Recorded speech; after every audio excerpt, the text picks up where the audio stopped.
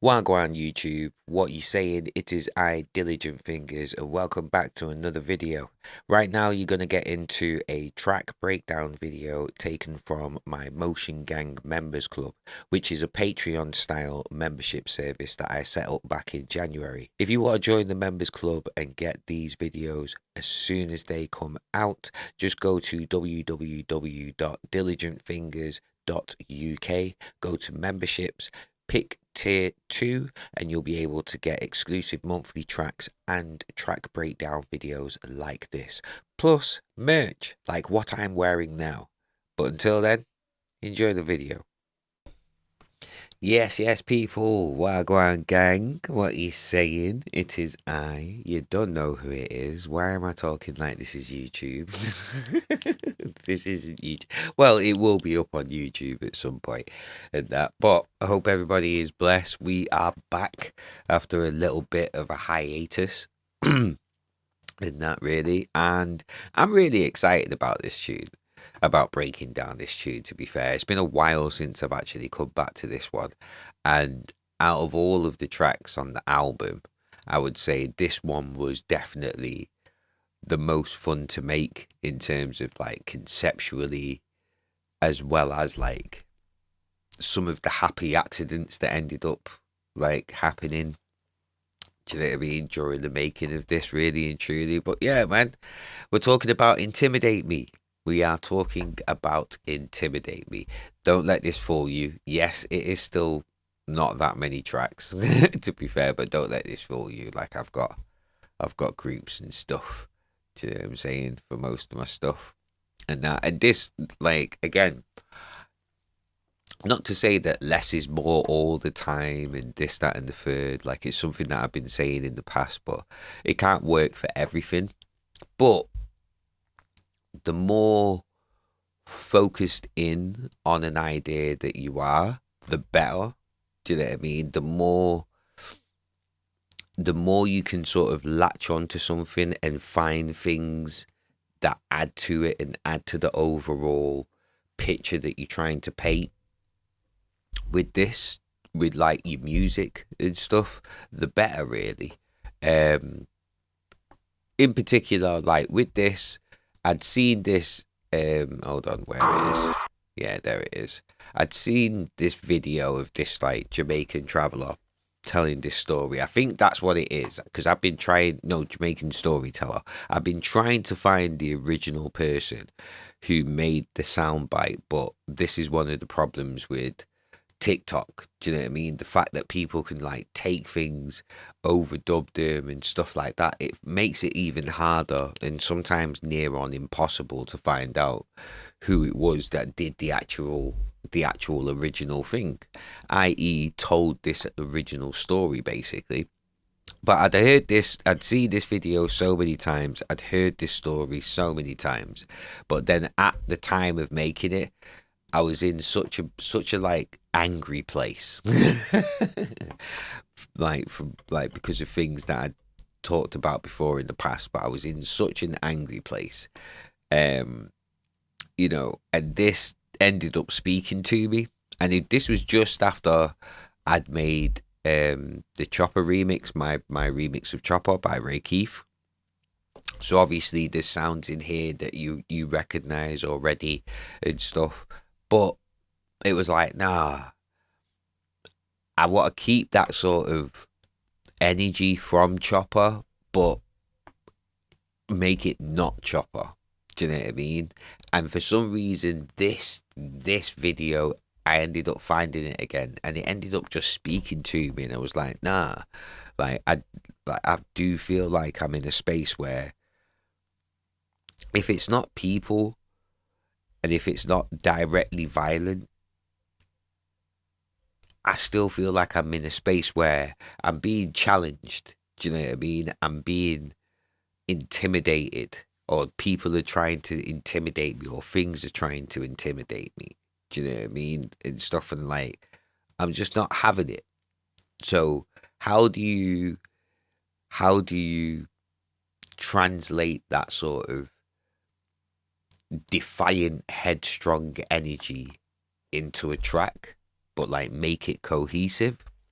And this is where this came from, and that because to begin with, I wanted this just to tell the story because it speaks to so many situations that I've been in my life where, you know, someone has tried to check me on something, or I've tried to check them on something, and it's escalated, and it's gotten to the point where things have been said that they either don't mean or were just said in anger. Or there is truth behind what has been said, do you know what I mean? But they're trying to backtrack on it and this, that, and the third.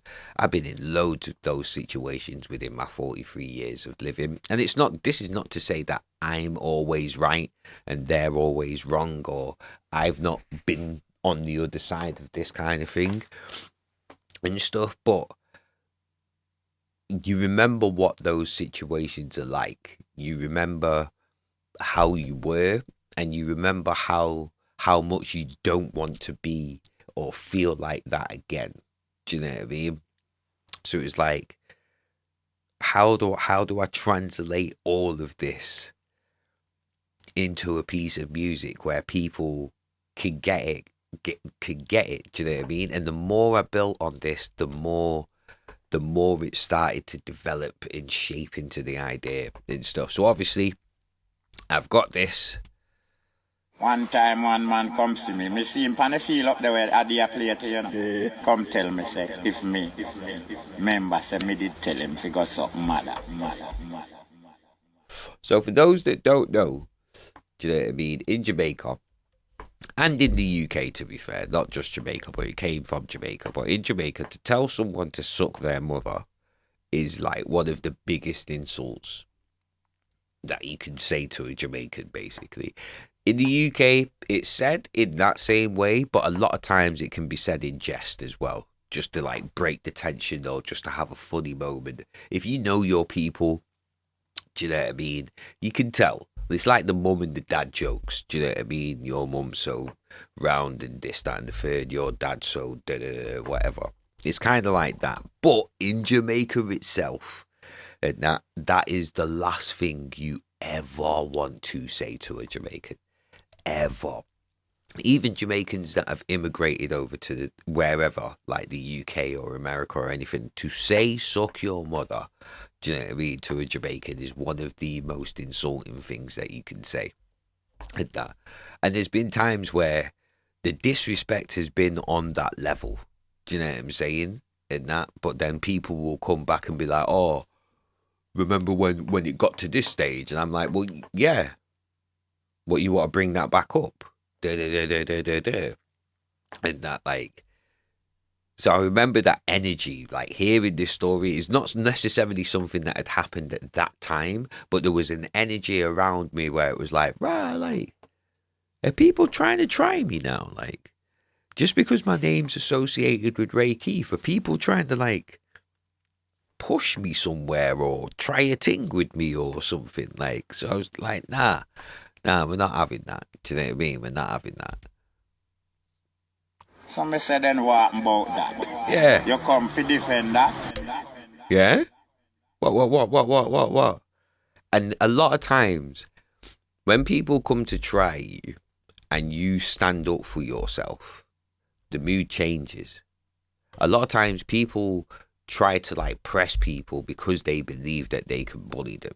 Do you know what I mean? Or they can get one over on them, or because they believe that they're totally in the right and there's no, do you know what I'm saying? But once they come up against somebody that is not reacting the way that they expect them to react, or the way that they've built up in their head that they are going to react, the whole mood changes. I'm one of those types of people that I can detect when something shifts. Do you know what I mean? Within a conversation, within the air, within the mood, and da da da da da. And I'm switched onto that straight away. And it's like before people even really get a chance, do you know what I mean, to sort of develop whatever thing it is that they want to develop, that they've built up in their heads, I will push them on that very, very start point. We're going to go step by step. I'm not saying that I'm going to do this aggressively, but if you're going to push me on something, if you're going to try me on something, then we're going to go through this step by step. Because first off, I need to understand what I want. But then if you falter at the first sign of pushback, then Him said no. So me say, when you come and talk about that for now, then. do you know what I mean? So I have to say it again. Go and go suck your mother and your father again. Cause I must that you are here. You come for defending now. Then we are talk about it. Now go on with your blood clot. You can't intimidate me. That's standing up for yourself in whatever situation, in where it may be, where someone is trying to press you, someone is trying to push you into a corner, someone is trying to make you feel a way that you don't actually want to feel. And if you are somebody that has dealt with bullying, do you know what I mean? Dealt with unfair judgment and things like that, we all get to that point. We all most definitely get to that point where, nah, enough is enough. All right, cool. What? You said you were going to do that. Come then. Come then. Do you know what I'm saying? Not that I am a violent person. If there's one thing that I hate, it is violence. I hate violent confrontation. I can't stand it. I hate being angry. Do you know what I mean? And if there's one thing I hate, is I hate being angry. I can't stand it. But if I'm pushed to that point, then I'm pushed to that point. Do you know what I mean? And everybody's got their levels and stuff like that. But when it gets to that stage, then it's like,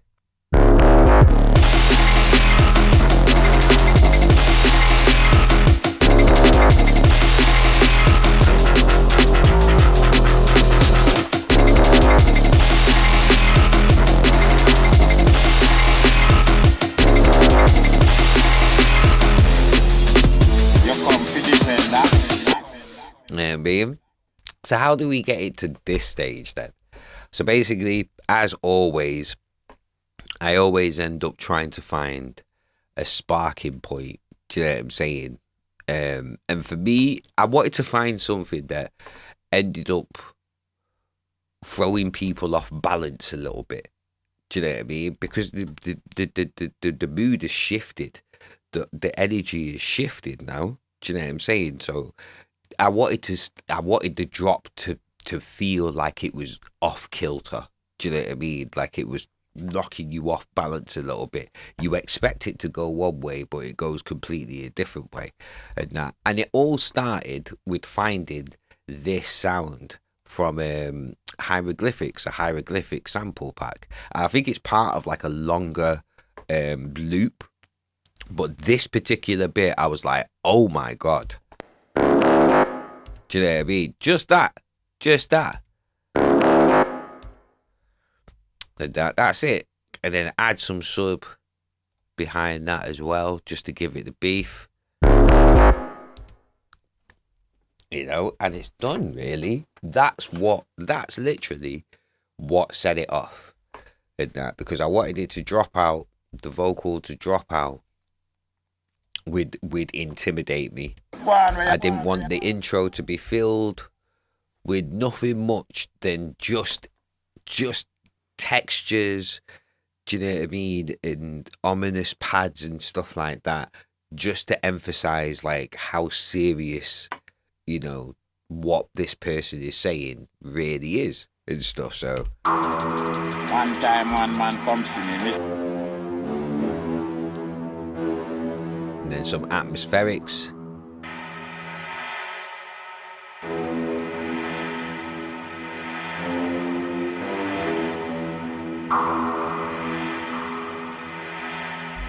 All of this goes into just creating that feeling, really and truly. And because I liked all of the percussion, like percussion parts from the main drop, the drums in the main drop, I liked how that rolled. Just taking certain parts, do you know what I mean, just to be able to build up the intro. One time one man come see me. Me see him on the field up there where I did play to, you know. Come tell me, say, if me, remember, say me did tell him to go something mother. Do you know what I mean? Just to build things up. Quick reverse rising cymbal. I think that's what that sounds like if I'm trying to pick apart the sound of that riser. And then I wanted to make sure there was something in regards to the percussion that was a bit recognizable. So I did actually go through a few breaks. Because in terms of the drums, I already had the drums ready from making Bad Thomas and Knobhead. So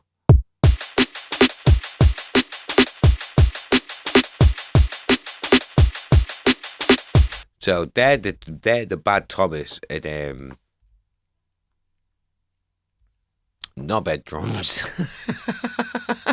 Knobhead drums and Knobhead VIP drums. But basically what I'd done here, and it was something that happened by accident, and that basically was I had the drums, and instead of having the snare where this other kick is, and that I deleted it because I wanted to change the drums around, press play, and I really liked how that sounded. So it ended up like this. Do you know what I mean? Because the snare really is supposed to be here. So if I play this now, basically Bad Thomas and Knobhead. You know what I'm saying? But I took that out and I liked the fact that it just completely changed the feel of the drums. It was like, but there's something needs to be there where the snare is, just to help people like follow the flow of the drums basically and stuff. So add the kick there. Add the kick where the snare is.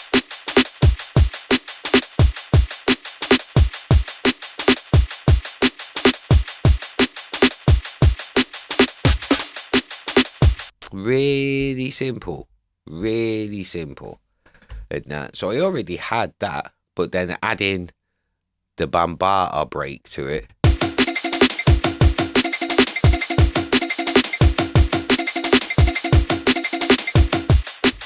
Do you know what I'm saying?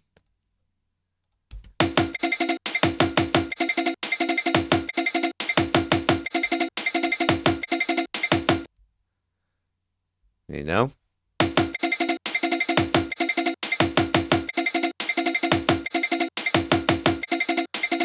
And just making sure basically like people will recognize it, but it's not the pattern that everybody is used to.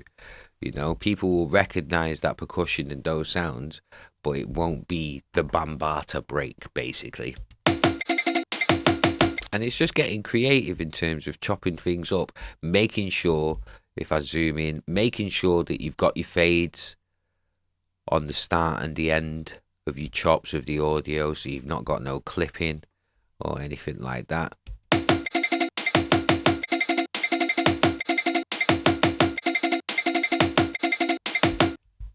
And that's it really, when it came to the drums and that. What I did differently here as well, I've started grouping things just to make things a lot easier in terms of being organised and that. Anything that doesn't need it, I don't need to process it, like these hats and that. You know, little bit of processing on this loop here. And then using duck to sidechain. I think that I've got that connected to the snare, so to make sure the snare is coming through, because it's a very odd sound in terms of what we're using for percussion.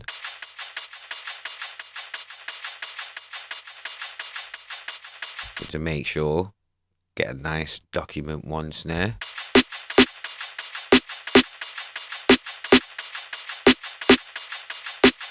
And on the document 1 snare, in terms of processing, I've got gain to help with keeping the snare level. Do you know what I mean? And controlling the peaks. A bit of bittersweet, which is an exciter. Do you know what I mean? Just to bring out some of the air on the top of the snare. I've not done any EQing until the end. And that I've got this overdrive, which I just full tone, little bit of drive on there just to give the snare a bit more impact. Fresh air on the mids, bring the mids out a bit more because there's already a lot of like white noisy, like crispy fizzy ness on the top. And then in terms of the EQ, just take a little bit of that high end off.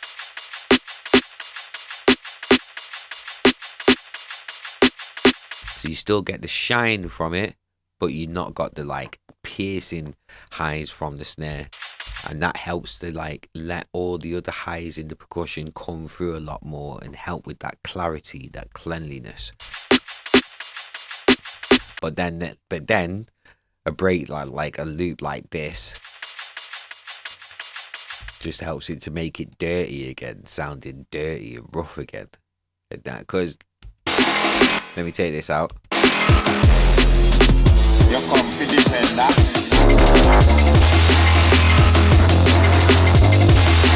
And then let me add it back.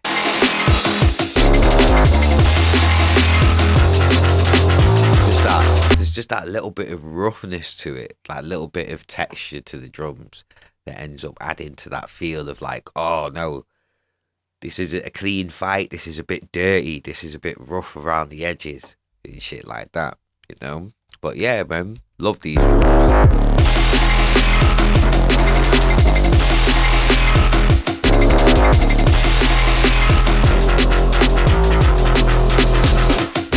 So then when it came to the bass line, because we've got the drums there, really simple. Add in some rises, some extra like claps and stuff like that. Another break here. You come to defend that. Really nice.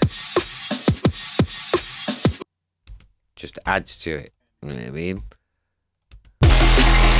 And then, so then after dealing with the drums, basically came the subgroups basically. So got the sub nice and weighty. I'm using bass lane here to be able to put more weight behind the sub. And before I knew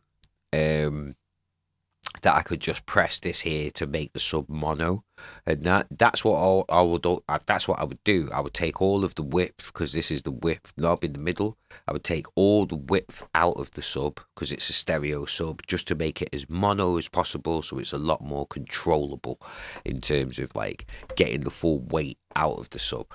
Now I switch this to mono now, and it's going to be a lot more weighty.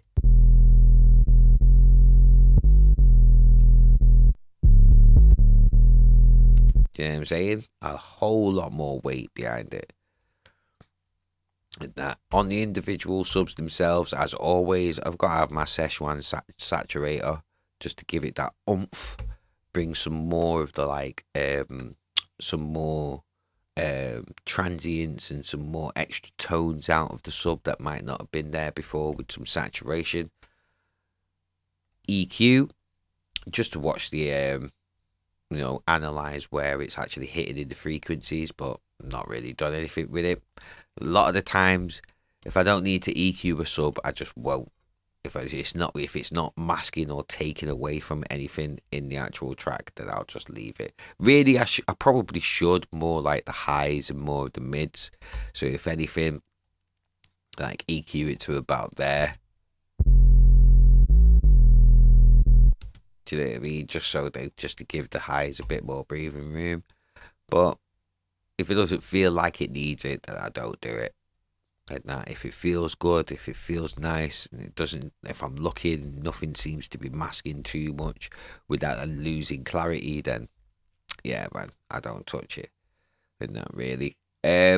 Duck, obviously, side chain with the kick, make sure the kick is coming through, and then I've got another saturator, tube saturator, a free one from Waves Audio, just to give a bit more oomph on the sub, give it a bit more weight and that. And as you can see on these, I've not got bass lane on, So I'm putting bass lane on the overall subgroup and then making the overall subgroup mono. And that's all the characteristics, all the processing that I've already done. I don't need to fuck with any of that. I just make all of that overall mono, and then that ends up adding to the weight, the overall weight of the tune. And that really.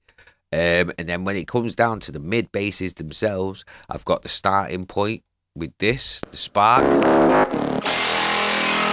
And then I'm using my Dilly Awooga bass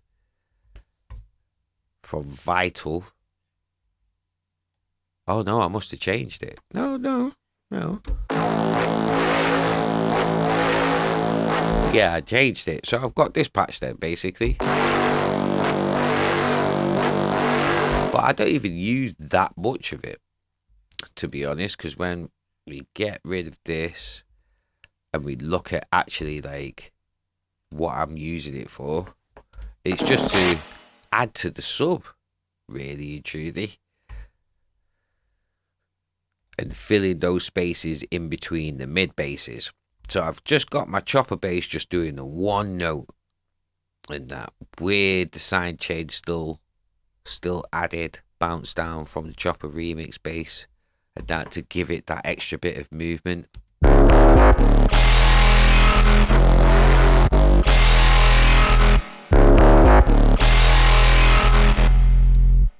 And then from here, I've got a fill bass here, which is another Vital patch.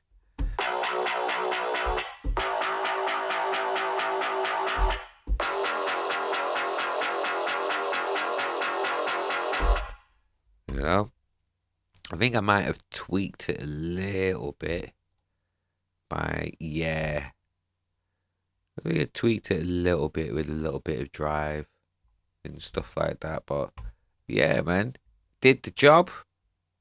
Just put it in, doubled it up. So it's got more, it gives it more bite. But yeah, and they probably need to bounce that down really, because it sounds like it's taking a lot on this little Mac Mini's processor. Yeah, if you can hear it crackling a bit. And that basically. And that's it. It's really, really simple. It was more all about the actual feel than anything. In terms of processing on the mid bass group or the individual channels on this one, didn't really need to do much because it's a bass that's already processed. So EQ on the chopper bass, just take out the lows and sub. Initial clip, get a clip in so then it's not going over a certain volume, controlling the peaks. Meta filter would probably maybe some automation. We've got automation on. Maybe some automation somewhere down the line. There we go. Yep. Just to switch it up towards the ends before the breakdown. That standard, no changes to the settings, just could basically automating the actual frequency knob in the middle here. And then Chrome Verb, just to add a little smidge of reverb. Like that, bit of decay, bit of extra distance, because I think this normally starts at about 45, and that to 50, so not much more distance. Tad more decay, at about a second, maybe a second. And that on the decay, and then on these, temper, trusty old temper, EQ, bring out the frequencies that I actually want to bring out.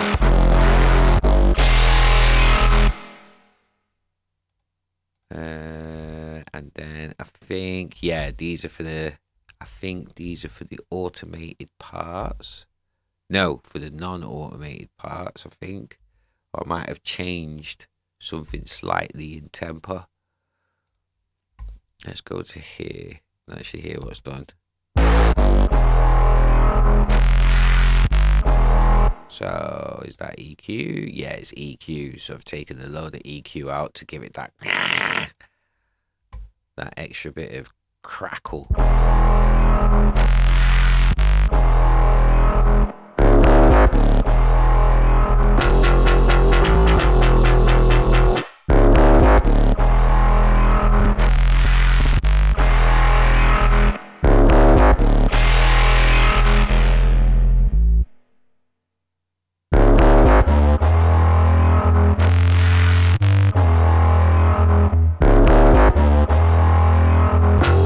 Jane, just to keep it interesting towards the end, and that because I'd extended it. Normally, it would probably finish at bar 97. The breakdown would come in at bar 97 and stuff. But I wanted to extend it and just keep the vibes going because you know things ain't formulaic. Fights, altercations don't always go according to plan. You know, so like yeah, man.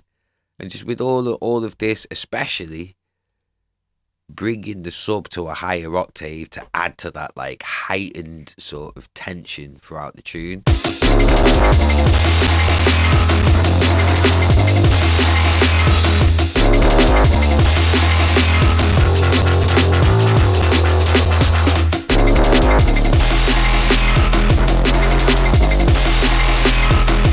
Again, just to switch it up because I knew I was going to stick with this like loop, this riff that I've got, but it's just finding little things and finding ways to change elements to just keep that interesting, especially like when it comes to like transitions and stuff going into the next 16 bars, as it were. When you come and talk about that, Sometimes it doesn't take, having a load of sound effects and whooshes and risers and stuff. Sometimes it is just taking a break and just chopping it up and extending it over the start of your next 16 bars, just to give that interest. When you come and talk about that,